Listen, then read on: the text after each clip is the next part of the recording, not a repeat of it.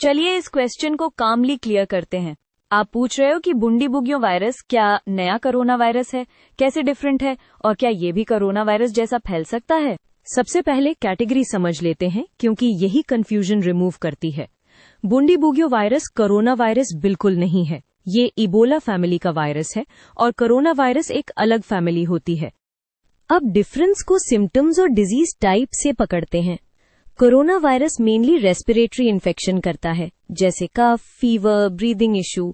बुंडीबुगियो virus एक haemorrhagic fever type illness कर सकता है, जिसमें सिवियर वीकनेस, वॉमिटिंग, डायरिया और कभी कभी ब्लीडिंग जैसे फीचर्स आ सकते हैं। मतलब टारगेट सिस्टम और डिजीज पैटर्न अलग हैं। नेक्स्ट, स्प्रेड का की पॉइंट है। कोरोना वायरस का स्प्रेड एयरबॉर्न एंड ड्रॉपलेट से काफी इजीली हो सकता है, इसलिए कम्युनिटी स्प्रेड फास्ट होता है। बुंडीबुगियो वायरस का स्प्रेड यूजुअली इन्फेक्टेड पर्सन के बॉडी फ्लूइड से होता है, जैसे ब्लड, वॉमिट, स्टूल और कंटेमिनेटेड सर्फेसेस, और क्लोज कॉन्टैक्ट चाहिए होता है। इस डिफरेंस की वजह से बुंडीबुगियो का wide silent community spread comparatively मुश्किल होता है।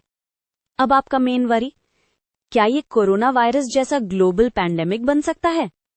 जनरली बुंडीबुगियो वायरस ने पास्ट में आउटब्रेक्स कॉज किए हैं, बट वो मोस्टली लोकलाइज्ड रहे और कंट्रोल मेजर्स से कंटेन हो गए। कोविड जैसा rapid world wide spread usually तब होता है जब वायरस इजीली एयर में स्प्रेड हो और सिम्टम्स से पहले भी लोग काफी इन्फेक्शियस हों। बुंडीबुगियो में क्लोज कॉन्टैक्ट ट्रांसमिशन होने की वजह से पैंडेमिक पोटेंशियल टिपिकली लोअर माना जाता है, दो आउटब्रेक्स सीरियस हो सकते हैं। लेकिन एक important question, low pandemic potential का मतलब ये नहीं कि रिस्क जीरो है। अगर डिटेक्शन लेट हो, health care infection control weak हो या सेफ बरियल प्रैक्टिसेस फॉलो ना हो तो केसेस बढ़ सकते हैं। इसलिए public health response, early testing, isolation, contact tracing, protective equipment बहुत क्रिटिकल होता है। प्रैक्टिकल टेक अवे, अगर आप न्यूज में बुंडीबुगियो का नाम सुनो तो इसे न्यू कोरोना समझकर पैनिक नहीं करना। बेटर अप्रोच ये है कि ऑफिशियल सोर्सेज चेक करो, हु, सीडीसी या लोकल हेल्थ डिपार्टमेंट, और अगर किसी एरिया में आउटब्रेक हो तो गाइडेंस फॉलो करो। आप चाहो तो मैं एक quick comparison table style summary भी बनाकर दे सकता हूं, so it's easy to remember.